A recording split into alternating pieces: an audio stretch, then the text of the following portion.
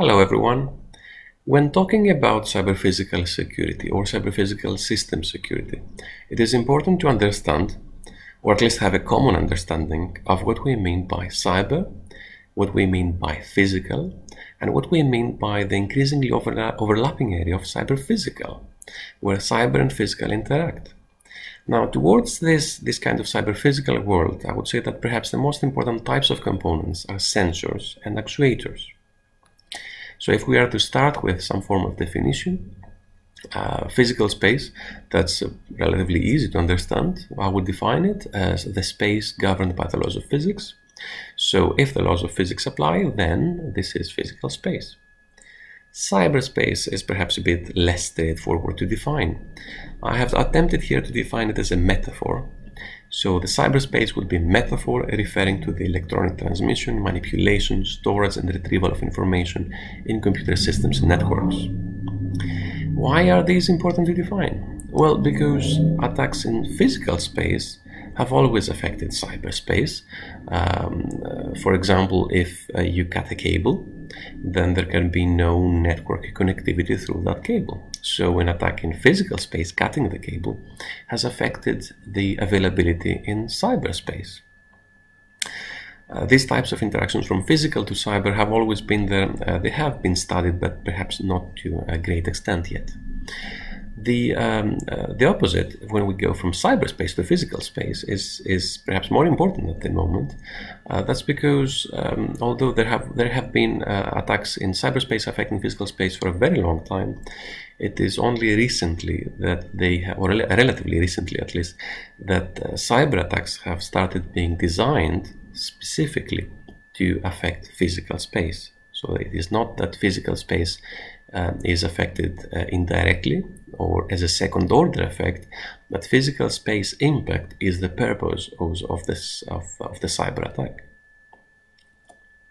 Now, towards this cyber-physical world, the world where cyber and physical overlap, or they meet at least, I have already mentioned sensors and actuators as, in my opinion, being the most important components. But there are other components too, other types of systems that play a very important role.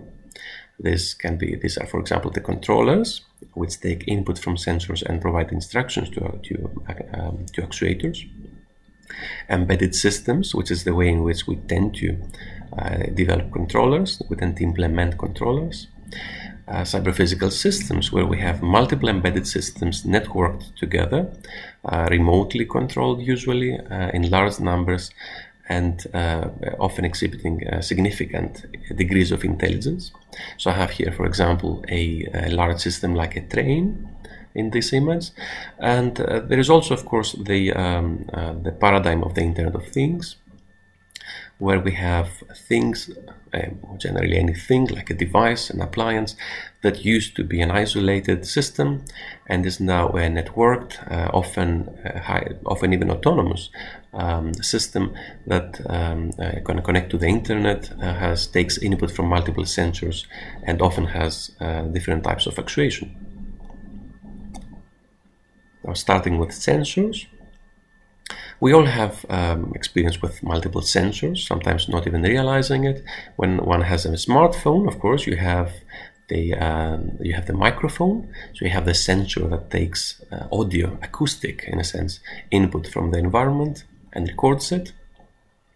You have the camera. The camera does the same for image, so you observe and record image.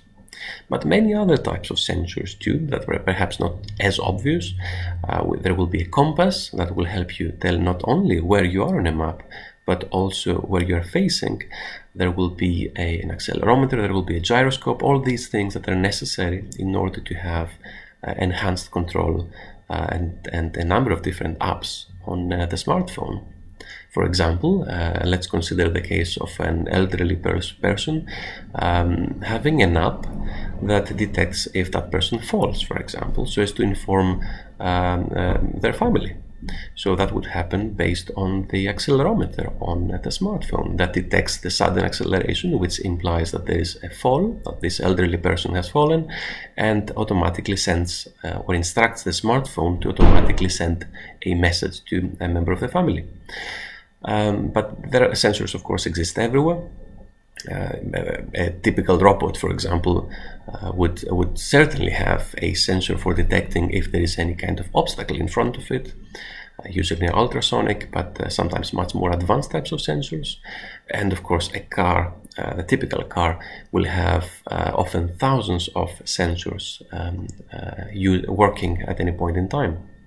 Now, when you have multiple types of, when you have several sensors operating in the same environment, and these sensors communicate with each other, effectively forming a network, for example, in order to observe and monitor a large geographic area, or because you have to have data from different points in space in order to take some decision, then this is a sensor network. For example, I have here an image or a sketch, at least, of an area of volcanic activity where there are multiple sensors. They communicate with each other. They collect data, let's say vibration, for example. They collect data and they send it to what we call a sink, a laptop in this case.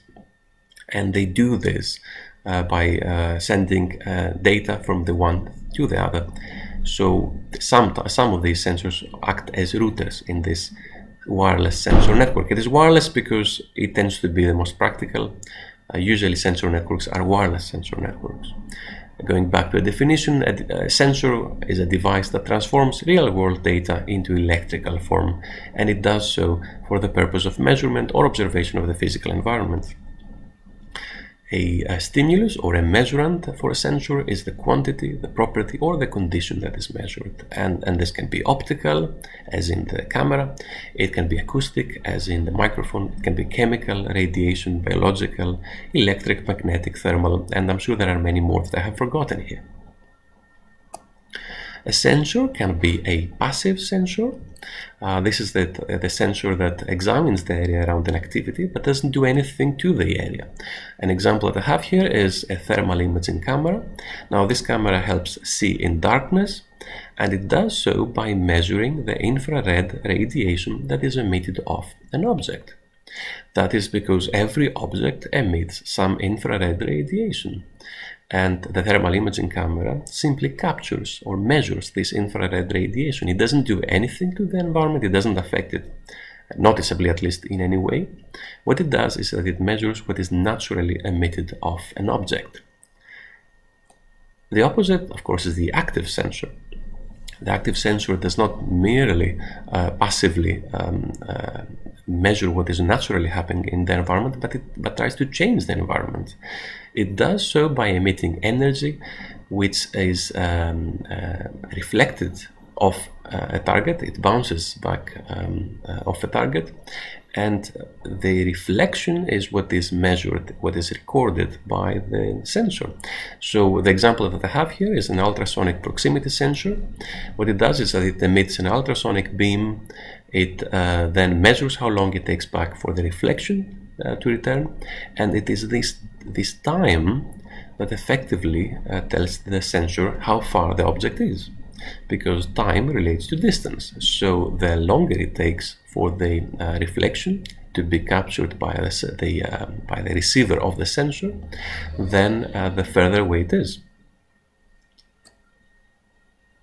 Now, if we move on to actuators, here we are talking, of course, about electric actuators, and these are, of course, as I mentioned before, these are the reverse of the sensor.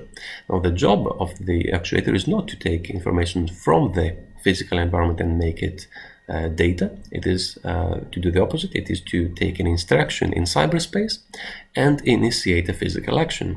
So it does so by being instructed by an electrical signal. Now, if you see actuators if you search, for example, online for actuators, then you will see the exact components that allow actuation. Now, for the purpose of security, it is better if we extend a little bit the definition, and we consider the whole of the device as the actuator, as long as it has an actuation purpose, as long as its function is to do actuation. So, for example, the valve will be an actuator, A switch will be an actuator. A robotic arm, as we have here, for example, will be an actuator. And even the speakers on a computer will be an actuator. That's because they create physical impact. It is physical impact in the form of sound, which is of course created mechanically. So this is a physical impact that is created by receiving data from the cyberspace. So receiving, let's say there's an audio file. When we play this audio file through the speakers, we create effectively actuation. How actuation works in general? Well, we usually talk about actuation that involves electric motors, and the basic principle behind electric motors is that when a current carrying conductor is placed in a magnetic field, then it experiences mechanical force and moves. So this is how electricity becomes movement. It is when a current carrying conductor is placed in a magnetic field.